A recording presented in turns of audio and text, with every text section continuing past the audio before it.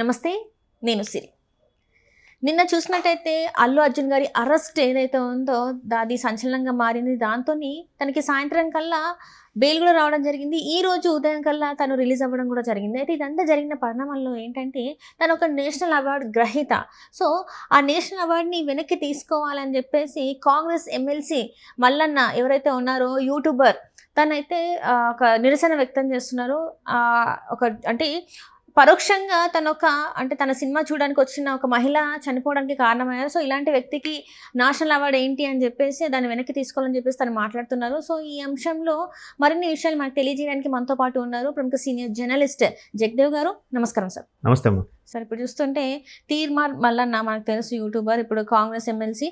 తను ఏమంటున్నారంటే అల్లు అర్జున్ గారికి ఇచ్చిన నేషనల్ అవార్డు ఏదైతే ఉందో దాన్ని వెనక్కి తీసుకోవాలి అని చెప్పేసి మాట్లాడుతున్నారు. సో దీన్ని మనం ఎలా చూడాలంటారు? నేను కూడా పొద్దున్నే చూశానమ్మా మన మల్లన్న గారి వ్యాఖ్యలు.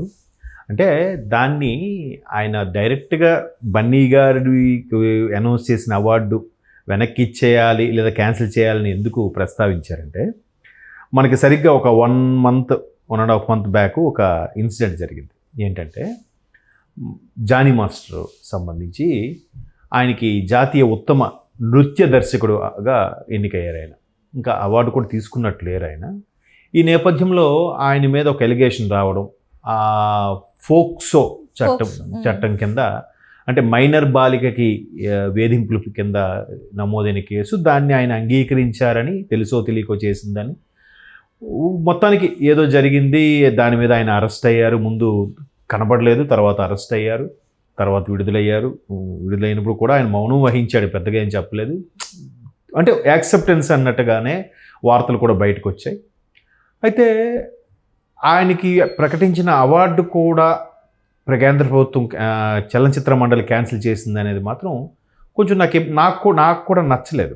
అంటే నాలాంటి ఏమిటే ఆయన నృత్యానికి, ఆయన డ్యాన్స్కి నేను అభిమాని తప్ప ఆయనకి కాదు నేను.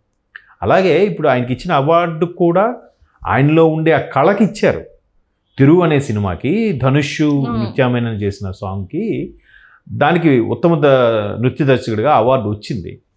అతనిలో ఉన్న కళకి ఇచ్చారు తప్ప అతనికి ఇవ్వలేదు.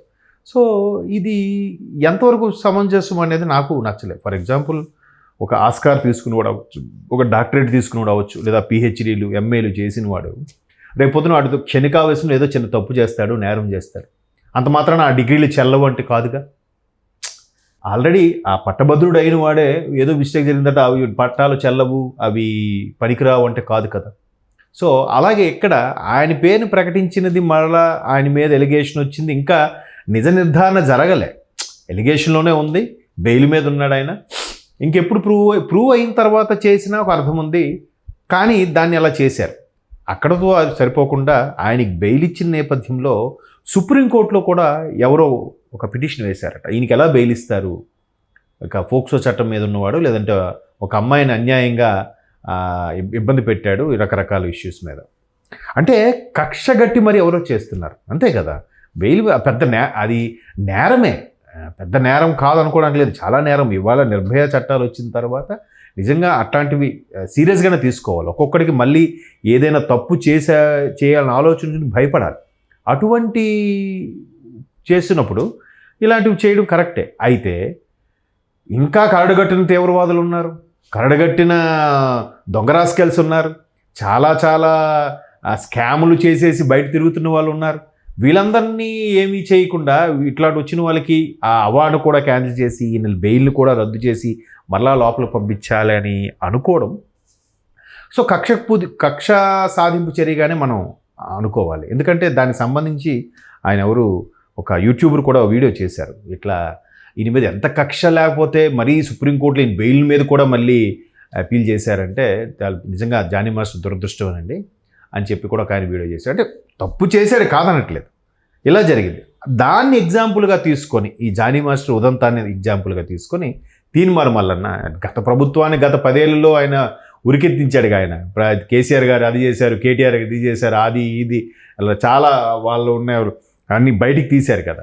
సో అట్లాంటి నేపథ్యంలో తీన్మార్ మల్లన్న దాన్ని కంపేర్ చేస్తూ మాట్లాడారు. బట్ ఆల్రెడీ అవార్డు ఇచ్చేశారు కాబట్టి ఇక్కడ బన్నీ గారికి అది వర్తించదు. అండ్ మోర్ ఓవర్ బన్నీ గారు ప్రమేయం ఏమి లేదు ఇందులో, అంతే కదా. ఆయన వచ్చారు, ఆయనకో లేదా ఆయనకే చాలామంది హీరోలకి కొంత సెంటిమెంట్ ఉంటుంది. పలానా థియేటర్లో మన సినిమా రిలీజ్ అవ్వాలి, పలానా థియేటర్ రిలీజ్ అయిన తర్వాత మనం ఒక్కసారైనా థియేటర్లో చూడాలి అనే సెంటిమెంట్ పరంగానో, లేదంటే కుటుంబ సభ్యుల ప్రోద్బలం వల్ల, లేదా ఫ్యాన్స్ ప్రోద్బలం వల్ల, ఫ్యాన్స్ అసోసియేషన్ వల్ల రిక్వెస్ట్ వల్ల వెళ్ళాడు వచ్చాడు.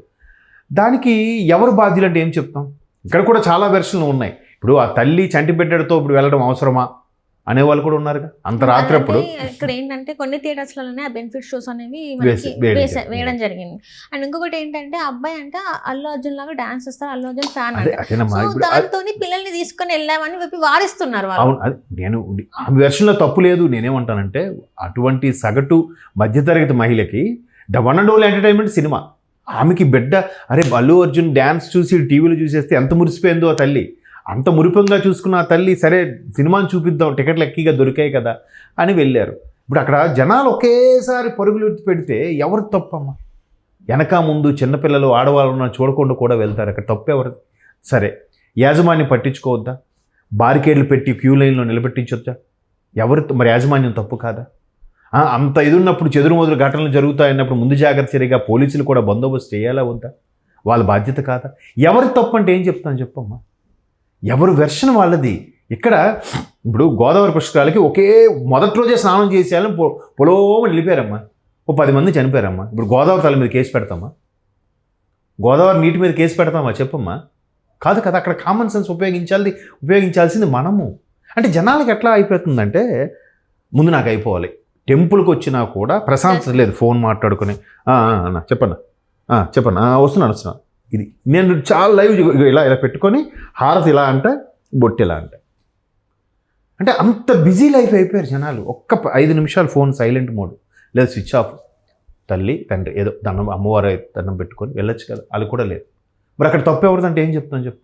ఒకవేళ వాడికి అన్నా గుడిలో ఫోన్ ఏంటారా ప్రసాద్ 5 నిమిషాలు ఉన్నట్టు ఏది కొంచెం ఏజ్డ్ వాడు, ఇంకో పెద్దోడైతే నువ్వే నా చెప్పేది అన్నట్టుగా ఇలా ఫోన్ పక్కన పెట్టి ఇలా చూస్తాడు. అంటే నేను ఏరియాలో తోపుని నువ్వు నాకు చెప్పేది ఏంటి అంటే ఇవన్నీ అల్టిమేట్గా మళ్ళీ డెప్త్కి వస్తే ప్రజలదే తప్పు అంటాను నేను. కాబట్టి ఎవరిని తప్పు పట్టలేము. కాకపోతే నేను అక్యూజ్డ్ 11ని అరెస్ట్ చేశారు, లేదంటే అది పిలిస్తే రాడా? సరే ఇలా మీ మీద కూడా ఎలిగేషన్ ఉంది, మీతో అలాగైతే రష్మిక కూడా ఉందిగా, మరి ఆవిడ తీసుకొచ్చారా? ఇంకా తన శిల్ప ఎవరైతే ఉన్నారో ఆయన కూడా ఉన్నాడు. అదే అంటున్నాను. ఇప్పుడు ఒకవేళ అందరినీ చిక్కడపల్లి పోలీస్ స్టేషన్కి తీసుకొచ్చే ప్రయత్నం చేసేలాగా ఉంటే రష్మిక కూడా తీసుకురావాలిగా. రష్మిక కోసం మరి చెన్నైగా బెంగళూరు వెళ్ళారా? అయితే ఇక్కడ ఏమంటున్నారంటే రష్మిక కార్ పైకి ఎక్కి అభివాదం చేయలేదు, అల్లు అర్జున్ మాత్రమే చేయడం వల్ల ఈ ఏదైతే సంఘటన ఉందో అది జరిగింది. దానికి కారణం ఆయన పైకి అంటే ఏదైతే సన్ రూఫ్ కార్ ఉందో దాని పైకి ఎక్కి వేవ్ చేయడం, అంటే అందరికి హాయ్ హలో అభివాదం చేయడమే తప్పు, దాని వల్లనే ఇది జరిగింది అంటున్నారు. అసలు అంటే ప్రతి దానికి ఒకటి కల్పిస్తూ ఉన్నారు. ఫస్ట్ థియేటర్ యాజమాన్యంది, తర్వాత పోలీస్ వ్యవస్థది, ఇంకా థర్డ్ ప్లేస్లో అల్లు ఆర్మీది కూడా ఉండదు రెస్పాన్సిబిలిటీ. వాళ్ళు కూడా అయ్యో మా అభిమాని అడ్డు వస్తాడు, ఇబ్బంది అవుతుంది, జాగ్రత్త వహించాలి, మనం జాగ్రత్తగా ఉందాం, మనం ఏవైనైతే మన అభిమాన హీరోని అందరూ నిందిస్తారు అని వాళ్ళు ఉండాలి. 4వది తోటి ప్రజలకు కూడా ఇది ఉండాలి. అబ్బా అన్న ఏముంది, ఆయన అక్కడి నుంచి చూసినా ఇక్కడ చూసినా ఒకటే కదా. అంటే అభిమానం నేను కాదనట్లేదు. దానివల్ల ఇప్పుడు మరి ఆయన ఇబ్బంది పెట్టారా? బెయిల్ వచ్చిందన్నారు కానీ తెల్లారి వరకు ఆయన అక్కడే ఉండాల్సి వచ్చిందా? ఆయన ఎంత గిల్టీగా ఫీల్ అయ్యాడు, వచ్చా నేనేం చేయని తప్పు. ఇంకోటి ఆమె చనిపోతే ఆయన సుమోటోగా స్వీకరించో లేదంటే ఇంకేదో బాధ్యత వహించి అనౌన్స్ చేశాడా? ఆయన చేయాల్సిన అవసరం కూడా లేదుగా. ఇప్పుడు దీనికి కూడా ఒకటి ఉంది సార్. దీనికి ఏమంటారంటే 3 రోజుల తర్వాత స్పందించిండు, వెంటనే స్పందించాలి కదా, 3 రోజుల తర్వాత. అసలు సార్ నేను చాలా వరకు చూస్తున్నా ఏంటంటే ప్రతిదానికి ఒకటి లింకప్ ఉంది. ఆయన ఏదో ఒకటి చేశారు, ఇది ఇట్లా. నాకు అర్థమైంది ఏంటంటే మీరు అడగబోయేది, రజనీకాంత్ డైలాగ్ చెప్పారు మొన్న, మొరగని కుక్క మొరగని ఊరు లేదు, అదే అరవని నోరు లేని ఊరు లేదు, ఈ రెండూ కలిసి ఉన్న ఊరు లేకపోకుండా ఏ ఊరు లేదు, అర్థమైందా రాజా అని చెప్పి ఆయన తమిళ్ అది చెప్పాడు. అలాగా ఇలా ఉంటే అలా ఉన్నానంటారు, అలా ఉంటే ఎలా ఉన్నానంటారు. సో లోకులు కాకులు, ఎవరు వెర్షనాలది ఎవరు ఇష్టం వచ్చినాడు ఉంటారు. ఏదైనా అంటే ఒకరికి కళకి సంబంధించి, ఒకరి విద్యకు సంబంధించి, ఒక ప్రతిభకు సంబంధించి ఇచ్చింది వెనక్కి తీసుకోవడం అనేది కరెక్ట్ కాదు, అది ఎవరైనా సరే. Right sir, right. Thank you so much.